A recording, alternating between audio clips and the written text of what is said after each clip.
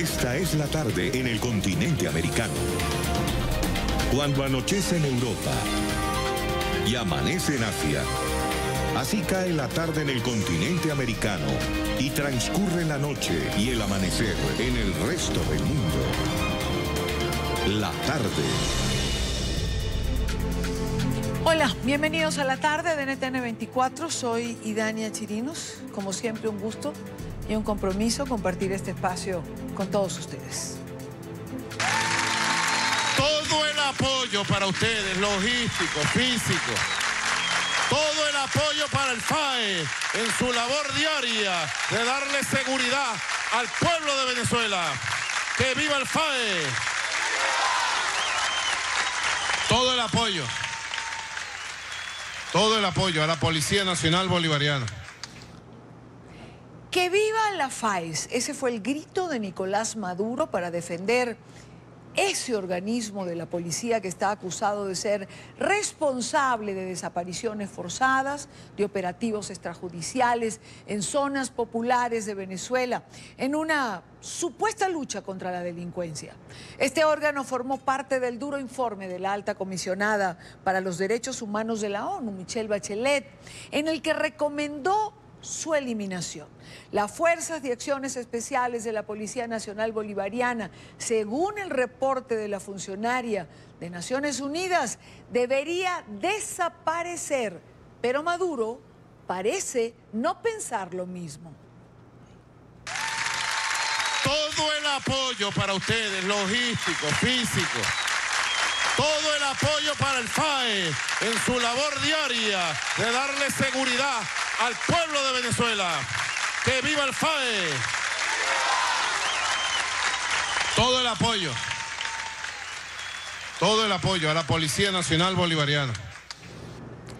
El informe de Bachelet refleja, por cierto, lo que muchas ONG que hacen vida en Venezuela han dicho y han documentado a lo largo de estos últimos años. Por ejemplo, un extracto del informe señala: durante las protestas de 2017, la Policía Nacional Bolivariana, la FAES y la Guardia Nacional hicieron uso excesivo de la fuerza de manera deliberada con la finalidad de infundir miedo y desalentar futuras manifestaciones.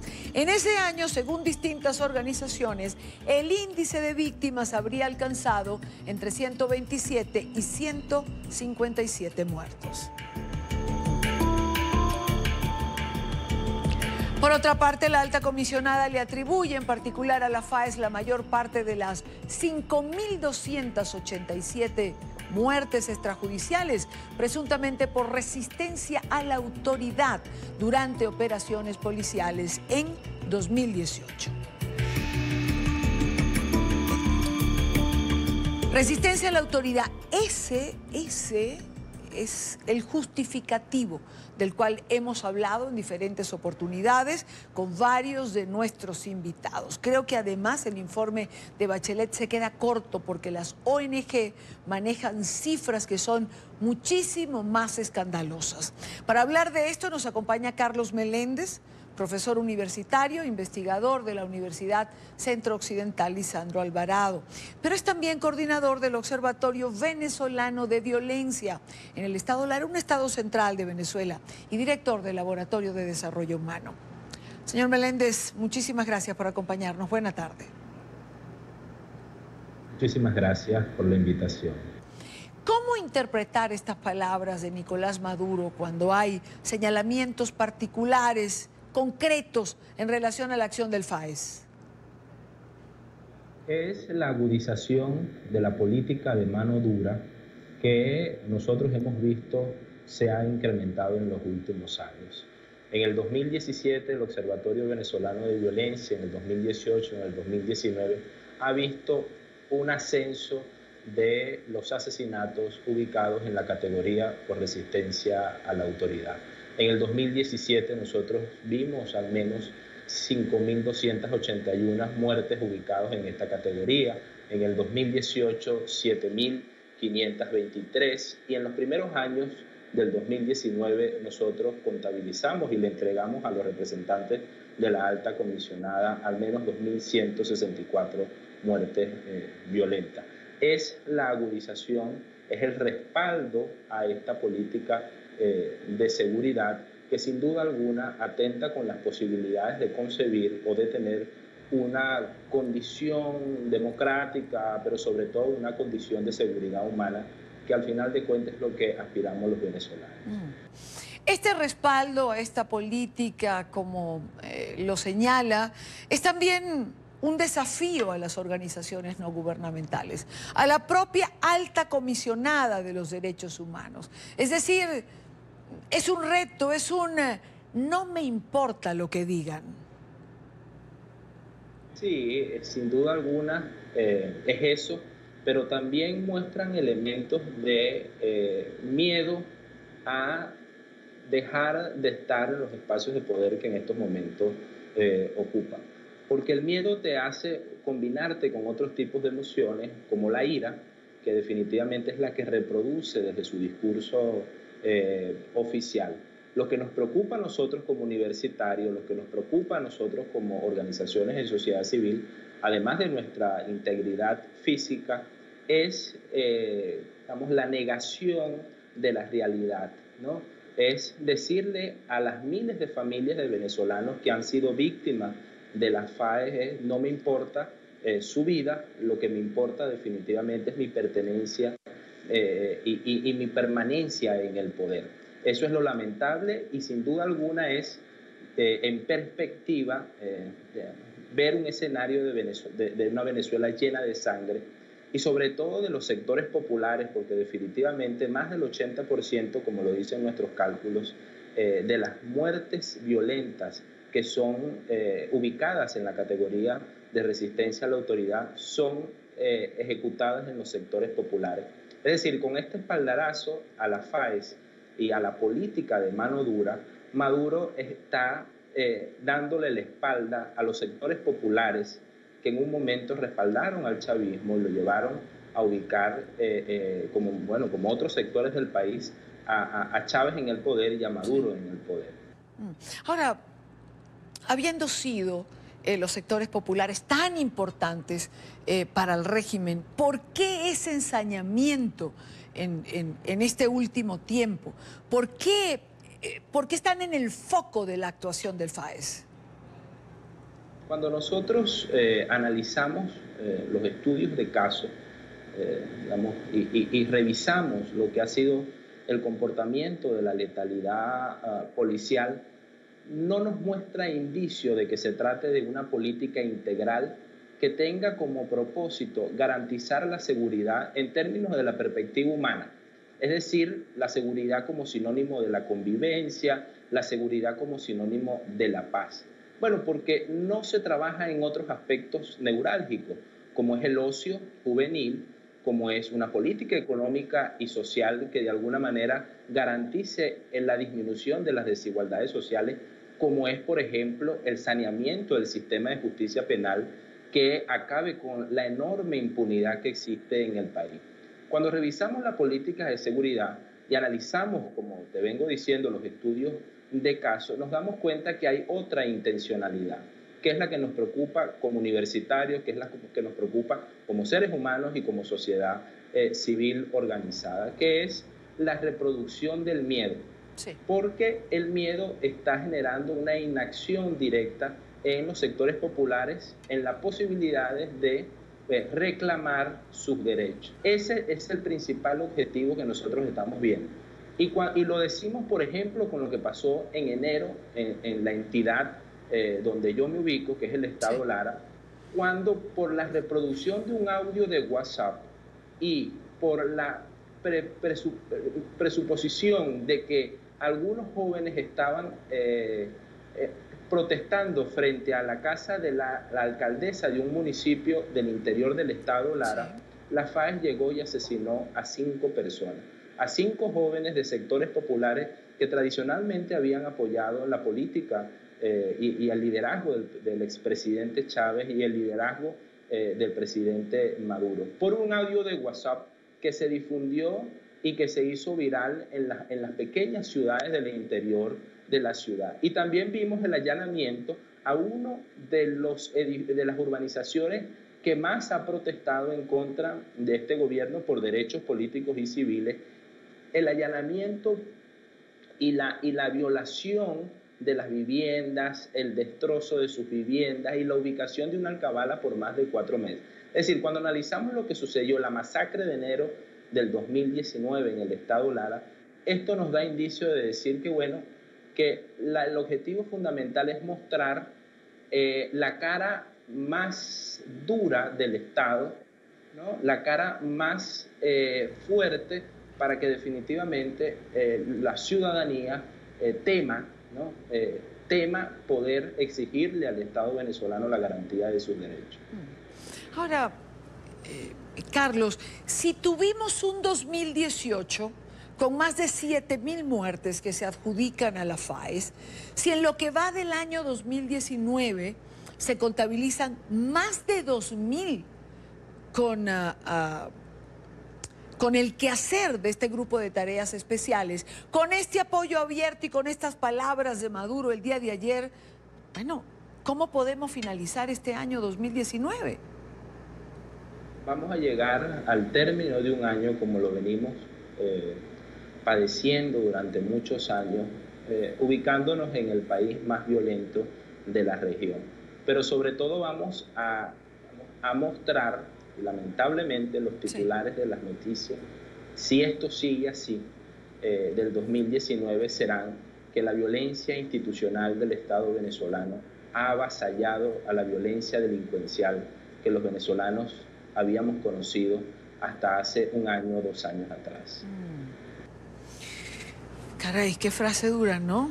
Ha avasallado. Es duro lo que pasa con este grupo de tareas y es mucho más duro, terrible escuchar a Nicolás Maduro dando ese apoyo y esa carta abierta. Ahora, ¿qué se puede hacer, Carlos, desde los sectores fuera del régimen en relación al quehacer de este grupo tenebroso por demás? Debemos exigir que se cumpla la sugerencia realizada por la alta comisionada de los derechos humanos de las Naciones Unidas, que definitivamente se acabe esa política de mano dura, ¿no? Y comience una política de seguridad que respete la vida de los venezolanos.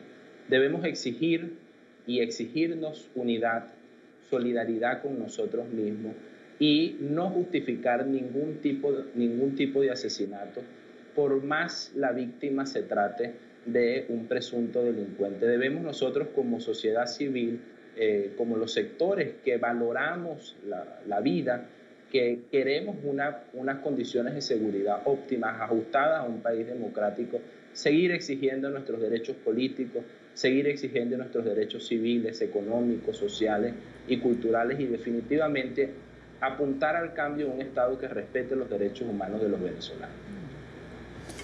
Carlos Meléndez, director del Observatorio de la Violencia, gracias por estar con nosotros. En la tarde de hoy hablar de este tema que nos ocupa porque hay que informar y crear conciencia de lo que el FAES está haciendo en Venezuela.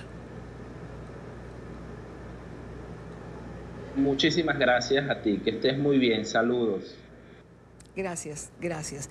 Por cierto que a propósito de este tema, nos han hecho llegar esta invitación que quiero compartir con ustedes para quienes estén en Venezuela, del grupo Proiuris. Este es un cineforo que se realiza el día de hoy y este es el tema central: las ejecuciones extrajudiciales en Venezuela, la matanza como práctica de Estado. Allí varios invitados, además, van a compartir con los asistentes, entre ellos la mamá de un joven asesinado por este grupo del FAES. Son las 4:19 minutos, 5:19 minutos, hora costa este en los Estados Unidos. Revisamos otros temas que hacen parte de la agenda informativa de este día. Es noticia argentina, donde hoy se conmemoran 25 años del peor atentado terrorista de la historia. Familiares de las víctimas y la comunidad judía en el país recuerdan a los 85 muertos que dejó este ataque contra la asociación Mutual Israelita-Argentina en 1994. Ceremonias religiosas y simbólicas tienen lugar en Buenos Aires, en medio de los pocos avances judiciales que ha tenido el caso. En general, este atentado, si bien tenía un alto componente antijudío, antisemita, por supuesto fue un atentado a la Argentina y a la sociedad argentina. La justicia en la causa mía ha fracasado rotundamente. Son 25 años del atentado y la realidad es que no tenemos nada, ¿no? Israel decía, fue Irán. Cosa que puede haber sido cierto. Ahora, en la lógica jurídica, vos tenés que buscar los pasos que te permitan justificar eso y probarlo. Es noticia Joaquín El Chapo Guzmán, quien pasó su primera noche en la cárcel de máxima seguridad de Florence, en Colorado. El narcotraficante mexicano, condenado ayer a cadena perpetua, fue trasladado en helicóptero a la prisión Supermax, según informó el abogado Jeffrey Lischman. Hoy, el presidente de México, Andrés Manuel López Obrador, sorprendió con su reacción ante la sentencia. Soy humanista. No le deseo mal a nadie. No me gusta hacer leña del árbol caído. Es, por cierto, un principio bíblico. Todas estas cosas que suceden terminan en condenas como esta, una condena a estar en la cárcel de por vida, en una cárcel hostil, dura,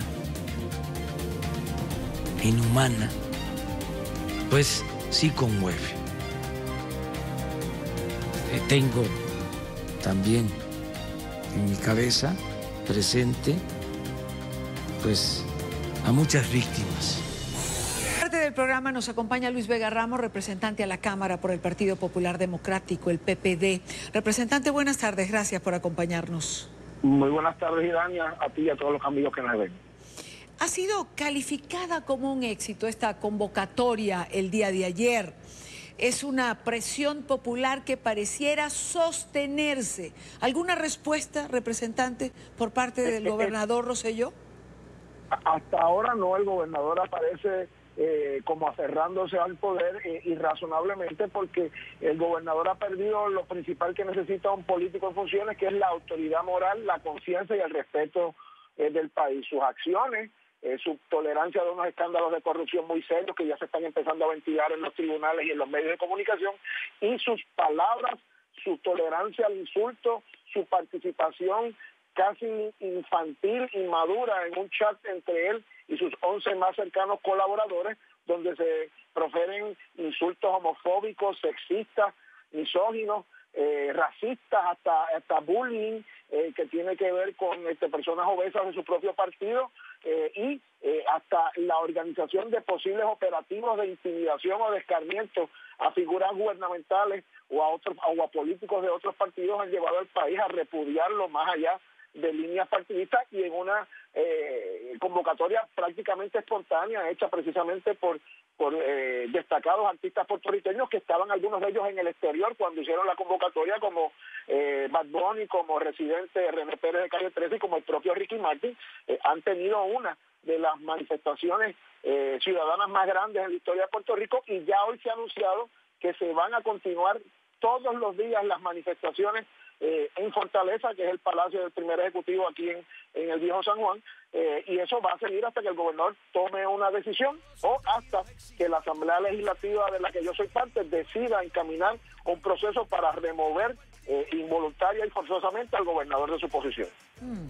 Claro, esto pareciera ser una puja lo que se está presentando en este momento. Evidentemente el pueblo que lo eligió es el pueblo que le está pidiendo en este momento que presente la renuncia. ¿Hasta dónde cree usted que llegue este forcejeo al que dio o que tuvo su nacimiento en la publicación de esas más de 800 páginas de chat que reflejan precisamente lo que usted acaba de decir. El gobernador se ha quedado solo, no solo en términos de la población general de Puerto Rico, sino aún también dentro del mismo liderato político del partido al que encabeza.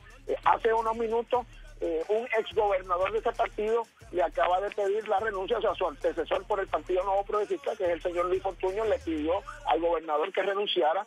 Un prominente alcalde de uno de los municipios más grandes de Puerto Rico, de su propio partido, el señor Ramón Luis Rivera, hijo, que es el alcalde de Bayamón, que ha sido uno de sus principales aliados durante toda su carrera política, le está reclamando al gobernador su renuncia, y en ese sentido yo creo que se ha quedado solo, no tiene autoridad moral, no tiene equipo de trabajo, porque prácticamente este escándalo ha obligado a todo el equipo de trabajo del señor gobernador, con muy pocas excepciones, a renunciar. O sea, no hay ni un secretario de Estado en funciones que pueda asumir la gobernación, y aquí estamos en una crisis política en ciernes, que lo que depende es que el gobernador entienda que ha perdido toda autoridad y legitimidad, que el pueblo de Puerto Rico entiende que no lo representa por sus acciones, su tolerancia a la corrupción y sus expresiones ofensivas, y que ya no puede ser un interlocutor efectivo de Puerto Rico en Washington, donde ya hoy el presidente Trump le atacó, y donde aún los políticos estadounidenses, amigos de Puerto Rico, muchos en el Partido Demócrata, están pidiendo que se haga a un lado para que ellos puedan ayudarnos en los procesos de reconstrucción post-huracán María, que tienen unas importantes decisiones que tomarse en Washington, y que esto le hace perder credibilidad a Puerto Rico en ese proceso. Sí. Justo ayer fue uno de los primeros en pronunciarse, veía al senador republicano Marco Rubio diciendo que Estados Unidos quería ayudar a Puerto Rico, y que él particularmente siempre estaba preocupado por Puerto Rico, pero que ahora la situación se hacía complicada mientras el gobernador Rosselló permaneciera en el poder. Es decir, hay otros actores que también hoy han comenzado, o desde ayer, a tomar partido dentro de la situación que está viviendo Puerto Rico. Salida política, representante, más allá de que el gobernador presente o no la renuncia. Bueno, si el gobernador no presenta la renuncia, la Cámara de Representantes de Puerto Rico, de la que soy yo miembro, tiene un deber y una obligación constitucional y moral de iniciar un proceso de residencia, que es la separación involuntaria del gobernador. Eso se logra con 34 votos de miembros de la Cámara de Representantes. Ya vemos 17 miembros de la Cámara que públicamente hemos expresado que estamos disponibles para hacer eso. Si esos 34 votos se lograran, se mueve entonces el proceso al Senado, donde harían falta 21 votos para entonces formalizar la destitución del gobernador de sus funciones y poder entonces establecer un proceso de sucesión constitucional. Hasta ahora, el liderato de la Cámara de Representantes, que es del mismo partido del gobernador, se ha negado a poner el proceso formal de residenciar al gobernador, pero la presión política que ellos están sintiendo, el abrumador respaldo que hay a la salida del gobernador, no solo con la manifestación de ayer, hay una petición en Change.org que no creo que tenga 4 o 5 horas de inaugurada, y ya creo que va por las 210,000 firmas, y tienen una meta de 300,000, y la comunidad puertorriqueña en todos los confines del planeta, en distintas ciudades en los Estados Unidos, en distintos pueblos de las Américas, tan lejos como España, Holanda y otros lugares donde hay puertorriqueños, se han estado manifestando contundentemente de que el gobernador de Puerto Rico no los representa, y que la única salida a esta crisis es su remoción voluntaria, que hiciéramos nosotros, pero si no a través de los mecanismos constitucionales que nos permiten hacerlo. Quiero dar las gracias a Luis Vega Ramos, representante a la Cámara por el Partido Popular Democrático en Puerto Rico. Gracias por acompañarnos. Buena tarde para usted. Muchas gracias a ustedes. Continuamos con más en la tarde de hoy. Kevin McCallum, el secretario interno del Departamento de Seguridad Nacional de los Estados Unidos, testifica ante el Comité de Supervisión reformas sobre la separación de familias y el trato a los migrantes en los centros de detención. Al otro lado del Congreso, las autoridades arrestan a más de 65 personas que protestan en contra de esta política. Emiliana Molina, nuestra periodista en Washington, tiene el reporte. Emiliana. Hola, ¿qué tal? Muy buenas tardes. Pues después de testificar ante esta audiencia en el Comité de Supervisión y Reforma de la Cámara de Representantes, Kevin McAleenan, el secretario interino del Departamento de Seguridad Nacional, asegura que las autoridades estadounidenses han logrado detener alrededor de 800,000 migrantes que han intentado cruzar la frontera de Estados Unidos con México de forma irregular desde octubre del año pasado. De hecho, McAleenan reitera que la separación de familias y la implementación de esta política duró tan solo 6 semanas y que culminó hace 13 meses. Pero los demócratas continúan culpando a la administración de Trump y a los republicanos por la polémica y el caos que ocasionó esta implementación de esta política, y también aseguran que por esto es que aún algunos niños continúan sin verse reunidos con sus padres. Tengo el conocimiento de que esa iniciativa, aunque se hizo con buena intención, perdió la confianza pública y el presidente tuvo la razón de haber terminado con ella. La separación de padres y sus hijos o guardianes son poco comunes ahora y se hacen con la mejor intención de proteger al niño. Y mientras McAleenan continuaba testificando ante los legisladores, 65 personas de fe católica fueron arrestados aquí en la rotonda de este Capitolio por las autoridades estadounidenses por protestar en contra de la separación de familias y la detención de los niños migrantes. La situación es tan grave en ese momento, como estamos viendo y escuchando las historias de los niños y las niñas, que hay más que 70 personas que han decidido arriesgar el arresto para tomar una declaración que no puede seguir. McAleenan asegura que los centros de detención no dan abasto y que está en manos de los legisladores implementar nuevas políticas migratorias para lograr tapar así todos los huecos que tienen las leyes estadounidenses y evitar que miles de migrantes continúen cruzando la frontera de forma irregular a Estados Unidos y lo hagan de una forma legal. Esta es toda la información que tenemos desde Washington. Emiliana Molina, regreso con ustedes. Gracias, Emiliana, por la información. Entre tanto, en México han revelado nuevas cifras sobre la migración de niños centroamericanos. Según el Instituto Nacional de Migración, en los primeros 6 meses de 2019, la cifra de menores de edad migrantes se incrementó en relación con el año pasado. La entidad señala que en este periodo ingresaron al país 8.525 menores de edad migrantes, lo que significa un aumento del 131,96%.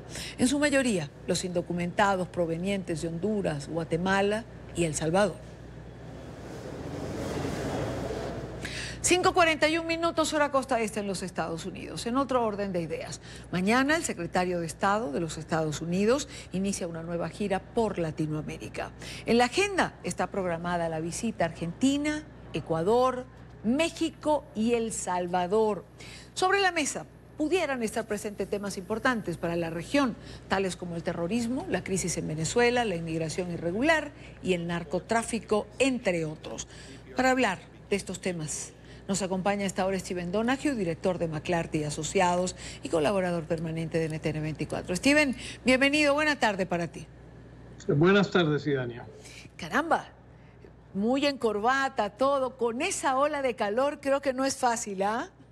Ahorita está a más de 36 grados aquí en Washington, así que uno tiene que hacer lo que tiene que hacer para aguantar el calor y la humedad. Y eso que se prevé que va a aumentar, ¿ok? Hay una alarma de la cual voy a hablar más adelante, pero se supone que viene una subida en las temperaturas peor de lo que está. Pero la temperatura en la región, con la visita de Pompeo, ¿cómo podemos calificarla? Steven, hay tantos temas que preocupan a Estados Unidos y a la región. Cuando veo el itinerario, creo que podemos dividirlo en 2 o en 3. Argentina y Ecuador involucran una temática. México y El Salvador involucran otra. Pero, ¿cómo la calificas o qué cree que lleve a Pompeo en este momento a realizar esta gira?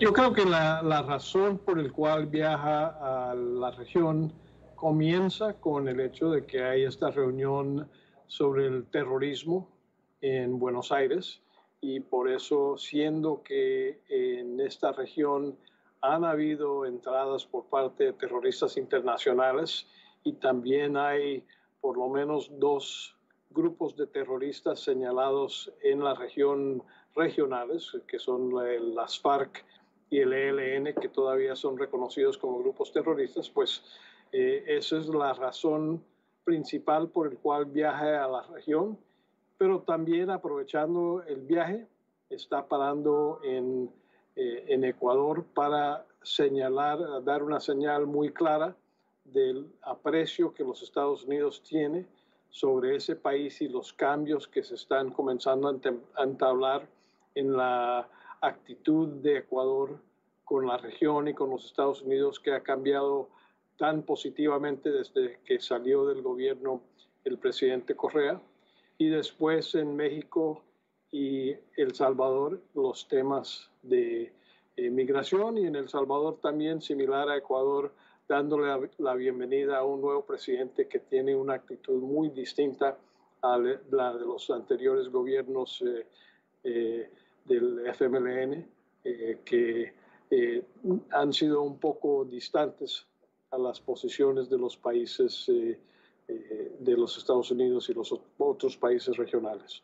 Yo creo que sobre todo eso tenemos que añadir el tema de Venezuela, que es la prioridad principal después de la migración, pero la prioridad principal en temas internacionales de los Estados Unidos en la región. Y yo creo que en cada oportunidad que el secretario Pompeo tiene o puede hablar con sus homólogos y los líderes de los otros países, el tema de cómo ayudar a que Venezuela tenga una transición democrática a un nuevo gobierno que sea elegido abiertamente y democráticamente y con transparencia y supervisión internacional, va a ser lo que él está entablando como prioridad para los Estados Unidos en la región.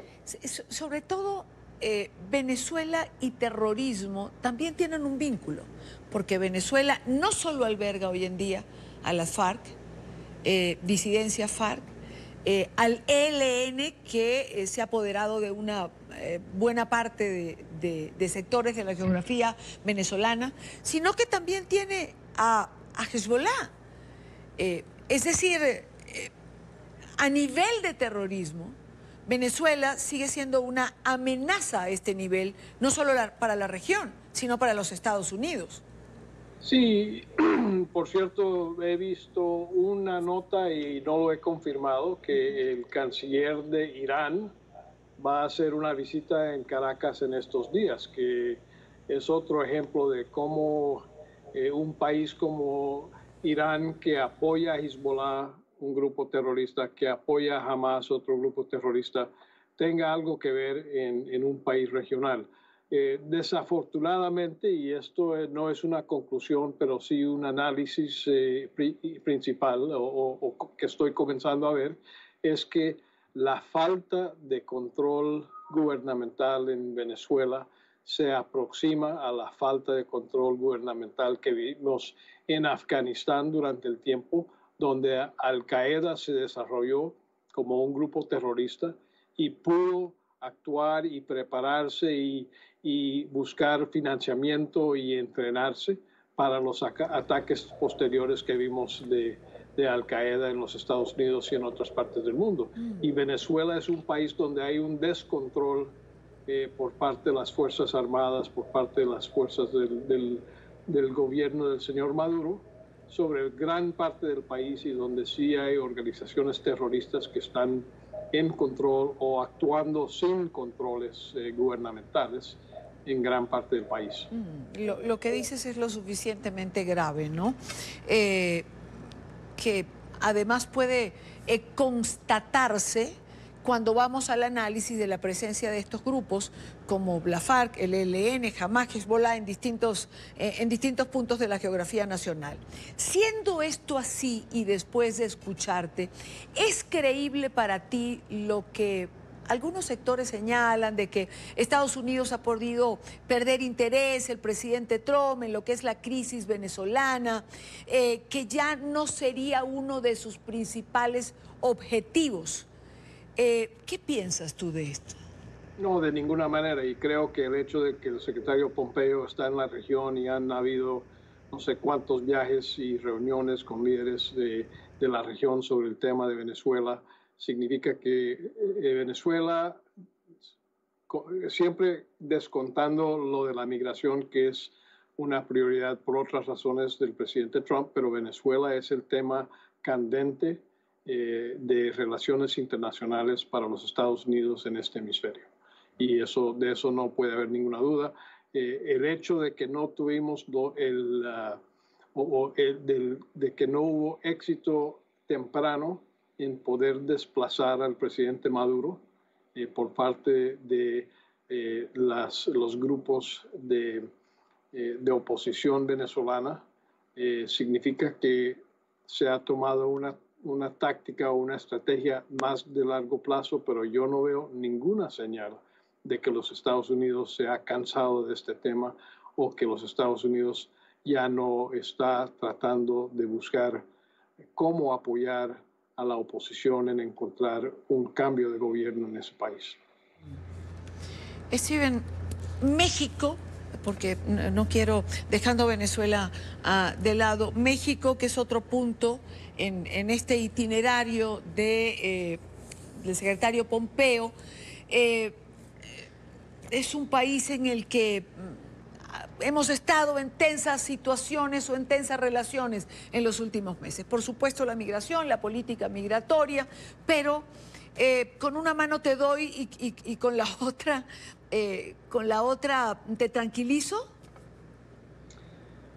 No sé, yo creo que la relación con México se ha calmado bastante y creo que ya estamos casi llegando a los 45 días que se pusieron como la primera prueba de sí o no se podría evitar el esquema tarifario que el señor Trump había amenazado. Sí. Y creo que no hay ninguna duda de que México ha logrado más de lo que se podía esperar en 45 días y eso yo no estoy preocupado por el tema tarifario que vimos del señor Trump. El tema migratorio sigue siendo un tema importante y es importante no solamente porque las cifras que se están viendo son enormes, pero también por la situación de peligro en el cual los migrantes se están encontrando en esta temporada de verano en el desierto, en la frontera. Y creo que eso es algo que tenemos todos que tratar de poner en un contexto de que los Estados Unidos como país soberano tiene la potestad de determinar quién entra y no al país, pero también tenemos reglamentos y tenemos tratados sobre diferentes tipos de migrantes y refugiados que tenemos que tomar en cuenta.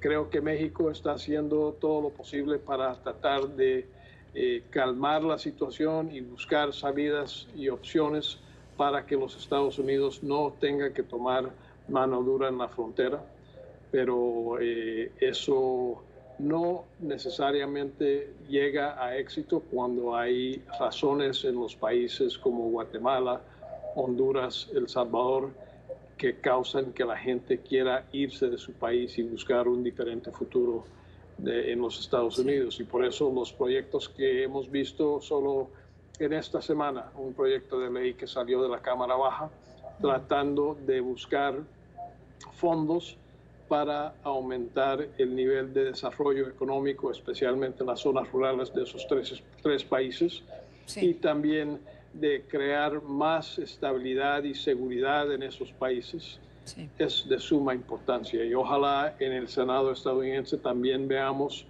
una ley similar para que podamos comenzar a ayudar a los tres países de esta zona y al sur de México, para que tengan más razones por las cuales quedarse en casa, sí. Que tratar de hacer el viaje hacia el norte.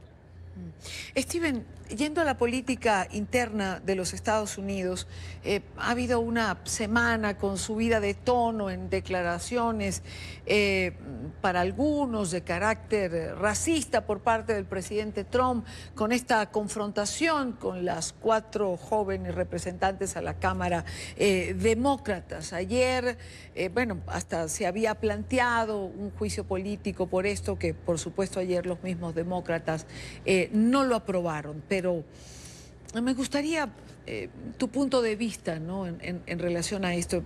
Yo decía en estos días, de manera particular, que no entendía muy bien al presidente Trump intentando, o sea, dándole publicidad a estas 4 representantes y poniéndolas prácticamente a su nivel en este toma y dame. Bueno, yo creo que ya hemos entrado a una temporada de política, de carreras, campañas políticas, y es claro que el tema migratorio va a ser un tema de este año y el año entrante durante la campaña política. Me recuerda mucho del dicho que tenemos acá, y creo que es similar en América Latina, que si comienzas a luchar con un marrano, tú te vas a ensuciar y a él le va a gustar. Y yo creo que vamos, si se dejan entrar en este tipo de politiquería y de uso de lenguaje xenofóbico, eso a los candidatos que están buscando bases desde el sector que a eso le gusta, les conviene. Entonces yo creo que la política de algunos de los demócratas y muchos de los republicanos de no querer meterse en ese fango es lo que sería mejor para el país. Pero hay algunos que usan este tipo de herramienta para levantar el ánimo del sector que son racistas o que son xenofóbicos, o porque alguna razón les gusta este tipo de pleito, y creo que es una lástima, porque tenemos temas mucho más interesantes, importantes, que deben ser debatidos en las campañas políticas que vienen, que estas cosas que no tienen nada que ver, pero que sí son bastante feas y nos dejan a todos enlodados. Sí, y que finalmente no conducen a nada. Steven, gracias por acompañarnos, como siempre. Gracias a ustedes, y muy buenas tardes desde el calor de los Estados Unidos. Gracias, Steven. Ya tendremos tiempo de conversar la próxima semana. A ver si todavía estás ahí y no te has derretido como una paleta de helado. ¿Qué sabor prefieres? Buenas tardes, Steven. Son las 5:55 minutos, hora Costa Este. El secretario general de la Organización de Naciones Unidas, Antonio Guterres, ha recibido hoy en su despacho privado al ministro de Relaciones Exteriores de Colombia. Los diplomáticos abordaron varios asuntos de interés para la región, como la implementación de los acuerdos de paz en territorio colombiano y la crisis sociopolítica en Venezuela. Alejandro Rincón tiene el reporte. Alejandro. Hola, feliz tarde de jueves para todos. Luego de visitar la capital de los Estados Unidos, Washington, D.C., el ministro de Relaciones Exteriores de Colombia, Carlos Holmes Trujillo, llega a la ciudad de Nueva York para emprender una agenda de trabajo de 2 días, que ha comenzado en la sede general de la Organización de Naciones Unidas. A primera hora de este jueves ha tenido un encuentro 1 a 1 el jefe de la diplomacia colombiana con el secretario general Antonio Guterres. Un encuentro en el que han discutido asuntos de importancia para Colombia, pero también para la región. Fuentes del Ministerio de Relaciones Exteriores colombiano aseguran a NTN 24 que parte de los elementos debatidos alrededor de los argumentos de interés para Colombia están relacionados sobre una nueva causa que emprende la administración Duque para denunciar a la organización terrorista ELN por el uso de menores de edad como elementos de reclutamiento y de difusión de propaganda de esta organización terrorista. Adicionalmente, en esa sesión, el jefe de la diplomacia colombiana ha explicado también algunos de los avances en la fase de implementación de los acuerdos de paz establecidos en territorio colombiano. Hay algunos temas adicionales abordados en esa reunión, como por ejemplo la gestión de todo el continente americano liderado por el Grupo de Lima sobre la crisis de refugiados en Venezuela. Este asunto en particular era de gran interés específico para la mayoría del conjunto de la prensa que reporta los asuntos de Naciones Unidas. Se prevían de hecho declaraciones del jefe de la diplomacia colombiana a los medios de comunicación. Sin embargo, a último momento hubo un cambio en la agenda y esas declaraciones serán entregadas el día día de mañana, luego de que el Consejo de Seguridad de Naciones Unidas concluya una nueva sesión dedicada específicamente a hacer un análisis y evaluación a la fase de implementación de los acuerdos de paz establecidos en Colombia. De manera tal que con este encuentro 1 a 1 y con reuniones con integrantes del cuerpo diplomático avanza y concluye prácticamente ya esta primera jornada de trabajo del canciller colombiano en la sede general de la Organización de Naciones Unidas, que al menos por ahora concluye con la participación del canciller en una sesión especial también del Consejo de Seguridad, pero del comité dedicado a la Comisión de Consolidación de la Paz, que precisamente es liderado actualmente por Colombia. Es todo lo que tenemos para ustedes por ahora. Continúen con más en la tarde. Gracias, Alejandro, por la información. Y alerta en los Estados Unidos por la ola de calor que afectará al país en los próximos días. Según las previsiones, las temperaturas podrían superar los 40 grados. Las autoridades aseguran que al menos 130 millones de personas sentirán el impacto de esta ola de calor extremo. Así está siendo calificado. En Miami, el reporte con Paola Serna. Paola, buena tarde para ti. Hola, ¿qué tal? Muy buenas tardes. Pues bien, el Servicio Nacional de Meteorología ha expedido avisos y alertas sobre la posibilidad de que se presenten desde ahora y hasta el fin de semana excesivo calor en varias partes del centro oeste y la costa este de los Estados Unidos. Ciudades como Washington, New York, Chicago y San Luis pudieran experimentar temperaturas por encima de lo normal, incluso superando los 46 grados centígrados. Nosotros estamos en este momento en medio de unas condiciones de calor que van a ser extendidas y prolongadas en todo el país, en parte del centro hasta la costa atlántica. Tenemos advertencias de una temporada de calor en gran parte del territorio, en porciones desde el este de Kansas, norte de Oklahoma, el este de Nebraska, todo el camino hasta la región del Valle de Ohio.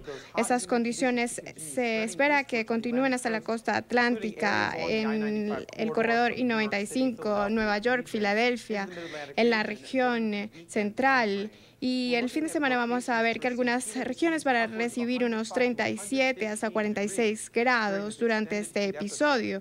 Y lo que hace esto particular y único es que va a estar ocurriendo durante varios días, que vamos a recibir repetidas rondas de índices de calor bastante altos. Y esas temperaturas van a caer solo un poco hasta los 21 grados, en algunos sitios 26. Como resultado de esto, invitamos a todos a practicar fuertemente una seguridad contra el calor, porque la gente debe estar lista para estas condiciones calientes. Limiten las actividades a las afueras. Si lo van a hacer, háganlo en la mañana o en la tarde cuando está un poco más fresco. Recuerden, nunca dejen a nadie en un vehículo. Si tienen un vehículo y se van a ir con este tipo de calor y humedad en el área, las temperaturas pueden llegar en esos vehículos a un número letal. Así que es importante no dejar a los niños, no dejar a adultos, a las personas mayores, a mascotas, a nadie, no dejar a nadie en ningún vehículo, porque las temperaturas pueden subir. Definitivamente vamos a experimentar un tiempo con temperaturas más altas de los normales. Cada año tenemos algunas temperaturas por encima, otras por debajo, así que advertimos y aconsejamos a todo el mundo a tomar las precauciones muy seriamente. El Centro Nacional Meteorológico también ha expedido avisos para algunos estados de la costa oeste ante la posibilidad que se generen incendios, esto debido a las altas temperaturas y la falta de humedad en el ambiente. Información desde Miami, soy Paola Serna para NTN 24. Gracias, Paola. Calor extremo, eso es lo que se espera en la Unión Americana en los próximos días. Por eso es tan importante la hidratación y tomar las precauciones necesarias. Si ya hoy se sentía calor, lo decía Stephen Donahue en un comentario aparte de la entrevista. Representantes del régimen de Maduro y del gobierno interino de Guaidó han retomado las negociaciones para encontrar o intentar encontrar una salida pacífica a la crisis política y humanitaria que padece Venezuela. Las partes regresan a Barbados para dialogar con Noruega como facilitador. En esta segunda ronda de conversaciones, la delegación de Guaidó buscará a toda costa la celebración de elecciones presidenciales con observadores internacionales y un nuevo colegio electoral. Mientras, el chavismo ha asegurado que solo dará el visto bueno a nuevas elecciones parlamentarias. La mesa de diálogo es parte del proceso abierto, recordemos, que comenzó en la ciudad de Oslo en mayo pasado. En esta parte del programa nos acompaña María Corina Machado, coordinadora nacional de Vente Venezuela. María Corina, bienvenida, buena tarde, gracias por acompañarnos. Gracias a ustedes, como siempre. El diario El Nacional ha publicado la información en relación a un punto que se ha venido discutiendo en la mesa de diálogo. Dice que Nicolás Maduro estaría contemplando aceptar la realización de elecciones el próximo año, siempre y cuando las sanciones que se ha aplicado a individualidades o al país fuesen levantadas. ¿Qué opinas en relación a esto? ¿Deben ser levantadas las sanciones? Yo creo que este es un punto que ya todos los venezolanos y el mundo democrático lo tenemos muy claro. Lo que está ocurriendo en Barbados no se trata de elecciones. Se trata precisamente de las sanciones. Y ese es el 1, 2, 3 del régimen. Falsos diálogos ofreciendo farsas electorales con el propósito de levantar las sanciones y que el régimen pueda continuar aferrado al poder. Un Estado criminal que ya no solamente está destruyendo Venezuela, la vida de las familias, las instituciones, la economía, pero que además ya hoy su efecto desestabilizador se está viendo en Colombia y empieza además a extenderse a otros países de nuestra región. María Corina, ¿por qué las sanciones? Es decir, pareciera que de repente cobran protagonismo, pero no pensando en que se apliquen nuevas sanciones, sino como si las sanciones fuesen el origen de todos los males en Venezuela. Mira, cuando aquí se sepa todo, porque va a haber justicia, cuando se entiende la magnitud de la devastación ética, económica, del saqueo, pasará a la historia de la humanidad como el robo más grande de todos los tiempos. Y obviamente hay mucha gente que sigue haciendo mucha plata y que están dispuestos a cualquier cosa, a mantener el status quo a costa del hambre de los venezolanos. Por eso yo siempre he insistido, no le temen a la intervención, lo que le temen es a la justicia, pero aquí va a haber justicia, aquí en Venezuela y en la justicia internacional. Es evidente y todo el mundo lo sabe, que esta gente que se robó todo y provocó el hambre de manera intencional quiere culpar a las sanciones que ha impuesto la comunidad internacional dirigida efectivamente a atacar esos nodos de financiamiento ilegal del régimen, no de Venezuela, del régimen. Precisamente porque ahí es donde está el recurso que necesitan para seguir funcionando a sus anchas y financiando esta operación más allá de nuestras fronteras. Por eso es que quieren el dinero. Las sanciones funcionan, sin lugar a duda. No son suficientes y sobre eso tenemos que hablar. Pero tan les preocupa que la semana que viene se reúne aquí en Venezuela el Foro de Sao Paulo, entre el 25 y el 28 de julio, en su reunión anual y su reunión internacional número 25. Y recordemos que hace pocos días estuvo Diosdado Cabello en La Habana, reunido con Raúl Castro y con Díaz-Canel, precisamente haciendo los preparativos de este evento, en el cual dice que vienen más de 800 personas del hemisferio. Es decir, todos tienen en común no solamente elementos ideológicos, sino también elementos vinculados al crimen y actividades ilegítimas en Venezuela y en otras partes, yo diría en el hemisferio y en incluso otras partes del mundo. Varias preguntas después de lo que acabas de decir. Pero ya que mencionas al Foro de Sao Paulo y este encuentro que se ha pautado en Venezuela, ¿qué se pretende? ¿Mostrar apoyo internacional para Maduro? ¿Relanzar la imagen del régimen más allá de las fronteras de la región? ¿Demostrar que Maduro no está solo? Todo eso y mucho más. El Foro de Sao Paulo en esta reunión efectivamente pasa a la ofensiva y además lo han dicho explícitamente. El objetivo es desestabilizar el gobierno del presidente Iván Duque, Lo mismo en Brasil, la reelección de Evo, la consolidación de un modelo cada vez más cerrado, intervencionista de López Obrador y llegar incluso abajo contra el gobierno de Piñera, la derrota del presidente Macri en las elecciones argentinas. Eso es lo que buscan y desde luego financiado con toda una red de actividades criminales que tienen su epicentro en Venezuela. Por eso se reúnen esta semana que viene y de allí la amenaza real que esta plataforma que representa hoy y que además aprovecha justo este momento en el cual el mundo y la sociedad venezolana está perpleja frente a esta dinámica de nuevos falsos diálogos en La Habana, en Barbados, pero desde luego tutelados también por La Habana, que generan una enorme contradicción tanto en nuestros aliados internacionales como en la sociedad venezolana, porque al final este proceso implica una desviación de esa ruta y ese compromiso que asumimos los venezolanos a partir del mes de enero, que era primero la salida del régimen, el cese de la usurpación, en segundo lugar, un gobierno de transición que permita dar las condiciones para que pueda haber una elección competitiva y finalmente las elecciones. Yo quiero detenerme, si me permites, en ese segundo punto, porque mucha gente dice, bueno, es que elecciones limpias y libres, ellos han dicho que van a poner un nuevo 5 rectores del CNE, depurar el registro, observación internacional, ciertas garantías, etcétera, etcétera. Todo eso desde el punto de vista técnico obviamente es complejo y necesario, pero es absolutamente insuficiente.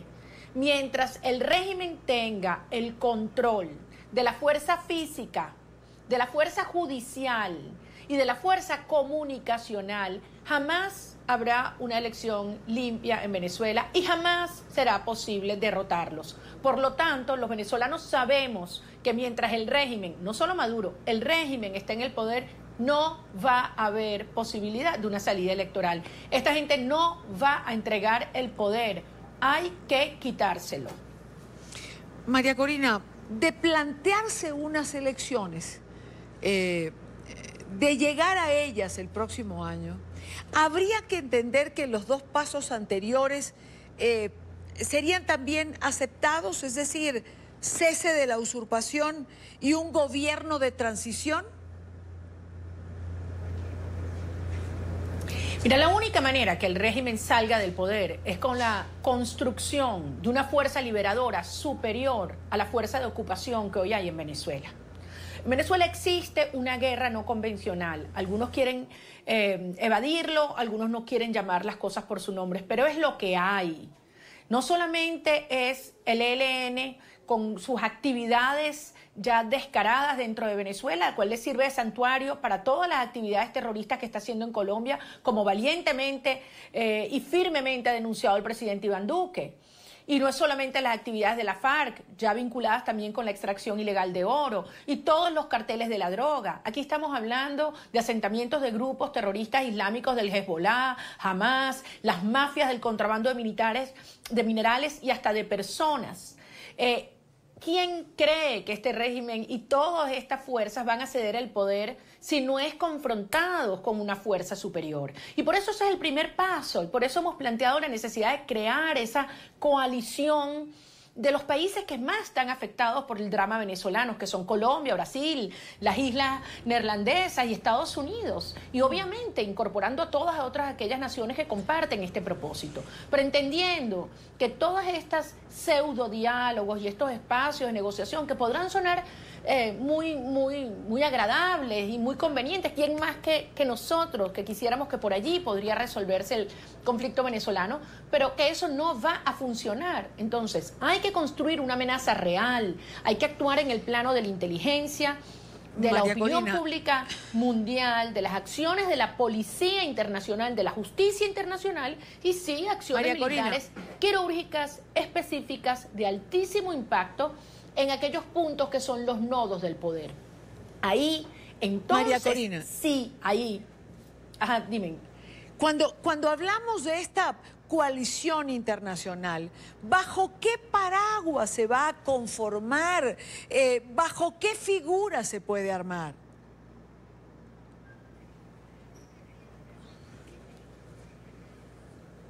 Bueno, en primer lugar, se arma bajo el paraguas de la confianza, bajo el paraguas del cumplimiento estricto a la palabra y al compromiso que asumimos en el mes de enero, todos, con los millones de venezolanos que han arriesgado su vida, su familia, su patrimonio familiar, todo para parar este horror y esta tragedia, y también el compromiso que asumimos con más de 50 países. Entonces, hay que entender que no es verdad que se puede actuar simultáneamente en todos los tableros, porque hay acciones que perjudican o neutralizan a otras. Ir y sentarse sin fuerza real, sin amenaza creíble, en Barbados, debilita la opción del 233 y del desconocimiento y la fuerza que durante estos meses hemos avanzado. Y eso es lo que hay que rectificar. Y el régimen podrá ofrecer lo que le da la gana. Podrán ofrecer villas y castillas. No van a cumplir. Son criminales. Además, ni que Maduro quisiera, porque Maduro no representa a toda la estructura criminal que hoy conforma el régimen venezolano. Es una parte, pero no es toda. Y si no tenemos ese diagnóstico claro de esos al menos 5 cogobiernos que hoy conforman el régimen venezolano, entonces seguirá ocurriendo lo que hemos visto hasta ahora, una gran movilización, una gran expectativa, seguida de una profunda decepción. Y yo te pregunto a ti, y le pregunto a los latinoamericanos, ¿cómo va a estar Colombia dentro de 6 meses si llegan 2 millones más de venezolanos desesperados? ¿Cómo va a estar Perú? ¿Cómo va a estar Chile? ¿Cómo va a estar Brasil? Venezuela no es una isla. Podrán poner restricciones migratorias a mis conciudadanos que salen desesperados y a los cuales yo no les puedo parar en la frontera, aunque quisiera, porque entiendo el horror que significa la vida hoy en nuestro país. Claro que los necesitamos aquí, los que se han ido quiero que vuelvan, pero hoy entiendo lo que está sintiendo una madre que está viendo a sus hijos morirse de hambre o cómo le asesinan a sus nietos. Entonces, frente a esto, el hemisferio tiene que entender que esta es una situación que se agrava cada día y que el momento de detenerla es ya. No se puede continuar cayendo en estas trampas que son producto de que el régimen sabe de que sí se está apretando en los nodos que son. Tiene que haber una amenaza real y por parte de la dirección política venezolana tiene que haber la iniciativa de hacerle entender a esos aliados internacionales no solo que necesitamos su ayuda, porque pedir la ayuda en un momento de dificultad no es una señal de debilidad, es una señal de responsabilidad. Y la habilidad está en lograr convencer, persuadir y conseguir la ayuda en los términos y en los plazos que se necesite. Y ese es el gran desafío y la tarea que tenemos los venezolanos hoy. María Corina, yo entiendo que has tenido la oportunidad de hablar con el presidente interino, con Juan Guaidó. ¿Esto ha sido parte de la conversación? Es decir, ¿esto se lo has dicho? ¿Has hablado de la debilidad que significaba sentarse en la mesa de Barbados? La verdad es que la última vez que hablé con el presidente Juan Guaidó fue en el mes de abril. No se había conocido, al menos yo no estaba al tanto de que existían estas conversaciones de Barbados y en Noruega, que entiendo comenzaron a principios de este año. Pero sí, claro, que la última vez que conversamos en el abril le planteé con total claridad, franqueza y empatía nuestro punto de vista. Pero además se lo he enviado por escrito, ya que no ha sido posible reunirnos personalmente. Y le he enviado el mensaje con varios, interlocutores y personas que tienen el respeto mutuo y la confianza mutua. Y he sido muy clara en decirle, escuche a la gente. Yo sé que hay fuerzas muy poderosas que intentan presionarlo, que intentan detener su actuación en este momento de avance en esta ruta. Bueno, las mismas fuerzas que pretendieron que no se juramentara en función del artículo 233 en el mes de enero. Y él desechó esas fuerzas y avanzó. Yo creo que este es un momento en el cual también el país le está pidiendo que deseche esas fuerzas que quieren darle tiempo y que representan claudicar. Es decir, decirle al país, después de todo lo que hemos hecho y logrado, que nos tenemos que conformar con una farsa electoral que todos sabemos que va a representar tiempo, oxígeno y perpetuar a la tiranía es inadmisible y la sociedad venezolana simplemente no lo va a aceptar, como no lo deben aceptar las naciones democráticas del hemisferio, porque hay que entender que en este momento en suelo venezolano se está jugando no solo el futuro de nuestra nación, se está jugando el futuro de Colombia, de Ecuador, de Perú, de Chile, de Argentina, de Paraguay, de Uruguay, de Brasil, de México, del Caribe, de Centroamérica y también de Estados Unidos y de Canadá. María Corina, el próximo 23 de julio se reúne el Grupo de Lima. ¿Qué tendría que salir de esa reunión, más allá de los comunicados que normalmente leemos apoyando la lucha del pueblo de Venezuela o al gobierno interino? Sí, esta reunión del 23 de julio es muy importante, el Grupo de Lima en Buenos Aires, y aprovecho, ya que menciono Buenos Aires, porque quisiera hacer un reconocimiento especial al presidente Mauricio Macri, quien el día de hoy formalmente oficializó a Hezbollah como un movimiento terrorista. Hoy, cuando se cumplen 25 años del atentado en el AMIA, donde asesinaron 89 personas. Es el atentado terrorista islámico más grande en la historia de América Latina. Y el presidente Macri está demostrando que efectivamente el ataque hacia la región es continental y por lo tanto la defensa y la actuación también tiene que ser continental y hemisférica. Y esa es la oportunidad que ofrece el Grupo de Lima. El Grupo de Lima fue crucial el 4 de enero al ponerle un ultimátum a Maduro el 10 de enero. Y puso la barra alta y dijo, no más. A mí me dio mucho orgullo ver las naciones latinoamericanas unidas con esa firmeza, con esa claridad. Bueno, también estaba Canadá, por supuesto, diciendo, este es un conflicto que nos atañe a todos y hemos decidido dejar la retórica, el diagnóstico y pasar a la acción. Y eso es precisamente lo que conviene en este momento. Yo sé que el hecho que estas farsas de diálogos pueden inhibir a algunos países y de decir, bueno, hay que esperar a que eso concluya, a que eso se descarte antes de poder avanzar. Pero hacer eso es un grave error, es caer en la trampa del régimen cubano, de las redes criminales, y eso significa muertos para Venezuela. De modo que yo espero que el Grupo de Lima llame las cosas por su nombre, asuma que esto es un conflicto eminentemente debe ser resuelto por los latinoamericanos, o digamos por los americanos en general, que la ruta está clara y es la ruta del que ellos el 4 de enero señalaron, que no vamos a aceptar más trampas, más engaños y más mecanismos de chantaje a la sociedad venezolana y a los actores internacionales. Aquí no estamos pidiendo ninguna invasión, eso es parte de la narrativa chavista y cubana. Aquí lo que estamos pidiendo es una enorme coalición que utilice la fuerza no convencional amparada en el principio de la responsabilidad de proteger y hacer lo que hay que hacer. Construir esa amenaza creíble y que el régimen entienda que esto es en serio y no puro bluff como le dicen los cubanos. Pero eso hay que hacerlo ya. Y eso es lo que esperamos los venezolanos del Grupo de Lima en esta reunión del 23, porque de lo contrario, como hemos hablado otras veces, estas instancias perderán relevancia, tanto para Venezuela como para la lucha por la liberación de nuestro hemisferio. Bueno, lo cierto es que lo que no tienen los venezolanos es tiempo. Y eso lo dice, por ejemplo, el informe de la FAO, que habla de los millones de venezolanos que hoy sufren de hambre.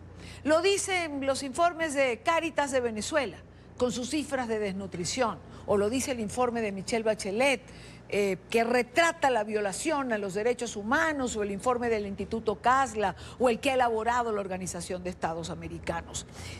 Tiempo es lo que no hay, y esa es una realidad absoluta.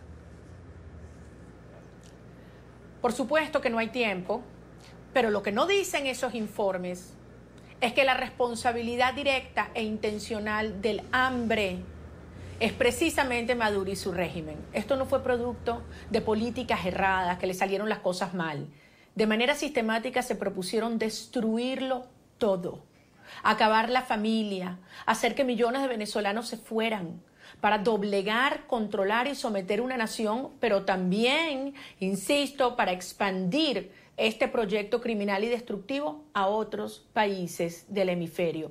Los venezolanos no tenemos más tiempo, porque tiempo es muerte. Pero debo decir algo, los colombianos tampoco, los mexicanos tampoco, los peruanos, los argentinos, los brasileros tampoco. Esto es una absoluta prioridad. Frente a esta amenaza real de la organización del Foro de Sao Paulo, ¿cómo nos estamos organizando los demócratas? Las fuerzas del bien contra estas fuerzas criminales antioccidentales. Eso es lo que hay que asumir. Esa es la realidad. Hay que actuar ahora porque cada día que pase, el costo de la no actuación crece, pero el costo para la liberación de Venezuela va a ser mayor también. Está muy claro lo que tenemos que hacer. Muy claro. Seguir por una ruta de fuerza incremental, descartar todas las opciones de farsas electorales y falsos diálogos que solo les sirven de fachada al régimen para ganar tiempo y dinero, y nada de plantear, como algunos dicen ahora, levantar sanciones, todo lo contrario. Terminar de precisar a los criminales que se han llevado los recursos de los venezolanos, que han cometido delitos de lesa humanidad, y hacerles entender que esto no tiene vuelta atrás. Aquí habrá justicia y los culpables pagarán. Y entonces podremos avanzar por un proceso amplio de reconstrucción institucional con pluralismo, con tolerancia, con respeto, con perdón, pero primero que nada con justicia. Solo así podremos liberar a Venezuela y destruir la amenaza que se cierne sobre toda la región. Gracias a María Corina Machado, coordinadora nacional de 20 Venezuela. Gracias, María Corina, como siempre, por estar con nosotros. Muchísimas gracias a ustedes, siempre a la orden. Buena tarde para ti. Rápidamente vamos a la pausa, no sin antes invitarlos a que se suscriban a nuestro canal en YouTube, NTN24. Allí lo tienen, www.youtube.com/NTN24. La señal en vivo de nuestro canal y todos nuestros contenidos multimedia. Conéctese a la información, conéctese a NTN24 en YouTube. Regresamos en breve con más de la tarde. Quédense con nosotros. De persecución en Ecuador. El director ejecutivo de la ONG Fundamedios, César Ricaurte, asegura que la justicia de su país lo condenó injustificadamente por un altercado con un exfuncionario del gobierno del expresidente Rafael Correa. Ricaurte llegó a cuestionar a Jorge Jurado, un ex embajador del Ecuador ante la Organización de Estados Americanos. Lo hizo en un sitio público, en un supermercado. Pero prefiero que sea el propio César quien nos hable de esto. Y estas fotografías parecieran presentar alguna alteración. También quiero hablarlo con César y que sea él quien nos ilustre sobre las mismas. César, bienvenido, gracias por estar aquí. Buenas tardes, Idania. Un enorme saludo y un enorme saludo también a la audiencia de NTN24. ¿Qué fue lo que ocurrió? ¿Por qué se te abre un proceso penal? ¿Qué ha pasado aquí? Bueno, estamos ante un proceso que en realidad lo que intenta es criminalizar la opinión, seguir criminalizando la opinión en el Ecuador. Y lo que sucedió es básicamente un incidente menor. Yo me encontré con un ex funcionario del correísmo en un supermercado. Le hice un comentario a mi esposa en alta voz. Le dije, mira, aquí está un correísta blanqueado. Eso motivó que el ex embajador Jorge Jurado fuera tras mío, y profiriendo insultos de diversa manera y gritando. Entonces yo me regreso y simplemente lo que trato de hacer es impedir la agresión de este señor que se venía encima mío y que realmente es un señor muy, muy grande, muy voluminoso. Lamentablemente él cayó al suelo fruto de su mismo cuerpo, de su mismo peso corporal. Pero a partir de este incidente, que es absolutamente menor, Idania, se inició un proceso de persecución judicial en mi contra que básicamente ha estado fundamentado en tres principios. El uno, que hay una un proceso desproporcionado frente a un incidente menor. Un segundo, que se me condena con pruebas forjadas, pruebas que no tienen validez, pruebas alteradas, como señalaba en un inicio usted, Idania. Y lo tercero, que es el hecho de que finalmente estamos ante una velada criminalización de la opinión. En este caso, el mensaje que se intenta lanzar a la sociedad ecuatoriana es que no van a admitir que los ciudadanos hagan actos de repudio público ante exfuncionarios del correísmo. Eso es básicamente el mensaje que se quiere lanzar a la sociedad ecuatoriana con esta condena que se me ha lanzado encima mío, que tengo en este momento una condena de 15 días de cárcel y de pedido de disculpas públicas al ex embajador. Ahora, César, la fotografía me llama la atención y quisieras que nos hablaras de ella precisamente, ¿no? Es decir, en una de las fotografías se ve que te acercas a la persona, pero en otras hay brazos que están extendidos de más, es decir, ¿esa es a la que te refieres, que está forjada? Así es, Idania, si uno ve esa secuencia de fotografías, yo tengo unos brazos absolutamente desproporcionados. O sea, mi torso mismo está desproporcionado. Si uno ve toda la simetría de la figura humana, mi torso es desproporcionado y los brazos son incluso más desproporcionados. Aparecen gigantescos.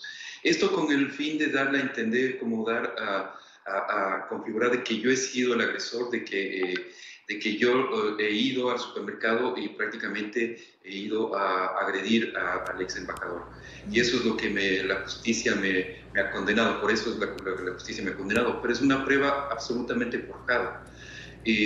Mi defensa siempre señaló que este video, estas imágenes, no fueron obtenidas de fuentes originales y no fueron obtenidas guardando la cadena de custodia.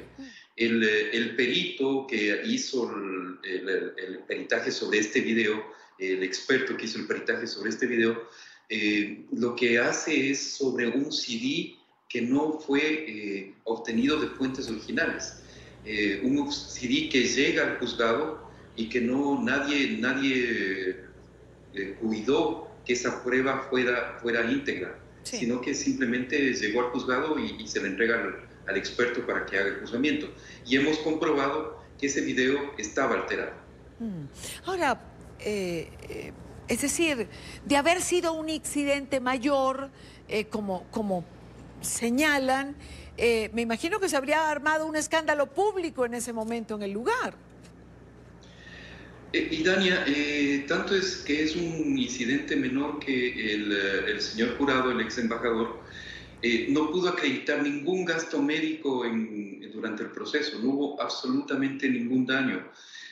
Simplemente producto de lo que se cayó, se produce un pequeño hematoma en la cabeza, que nosotros en el Ecuador le llamamos un chibolo, que es insignificante. No hubo ningún gasto médico, no hubo ninguna trascendencia de este suceso, pero claro, se aprovechó este incidente para iniciar este proceso de persecución judicial. Finalmente, los partidarios del expresidente Correa no me perdonan la lucha por las libertades, a favor de la libertad de prensa que tuve durante los 10 años del gobierno de Correa. César, ¿volverás a Ecuador? Es decir, ¿vas a disculparte públicamente? ¿Vas a cumplir los 15 días?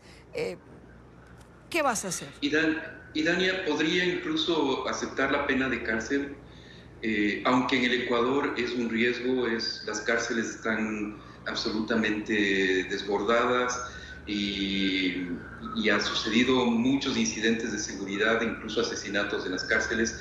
Nadie garantiza mi seguridad en las cárceles. Claro. Y lo segundo es que ese pedido de disculpas públicas es inaceptable.